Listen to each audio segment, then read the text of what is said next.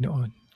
Kaya mga kapatid, dito po ay makikita natin na ikaapat, gusto mo ba talaga ng mapayapang pamumuhay?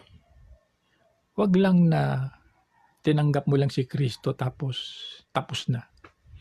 Kailangan mo pa ring lubusan ang magtiwala sa Diyos. Kailangan mo pa ring lubusang magtiwala sa ating Panginoong Kristo. Lalo na ngayon sa panahon natin. Hanggang ngayon, ang ating bayan ay napakarami pa ring pagsubok na pinagdadaanan. So kanino tayo kakapit? Kanino tayo magtitiwala? Siyempre walang iba kundi sa Diyos, walang iba kundi sa ating Panginoong Kristo at sa gabay ng kanyang banal na Espiritu Santo. Purihin ang Panginoon. Kapatid, nais mo ba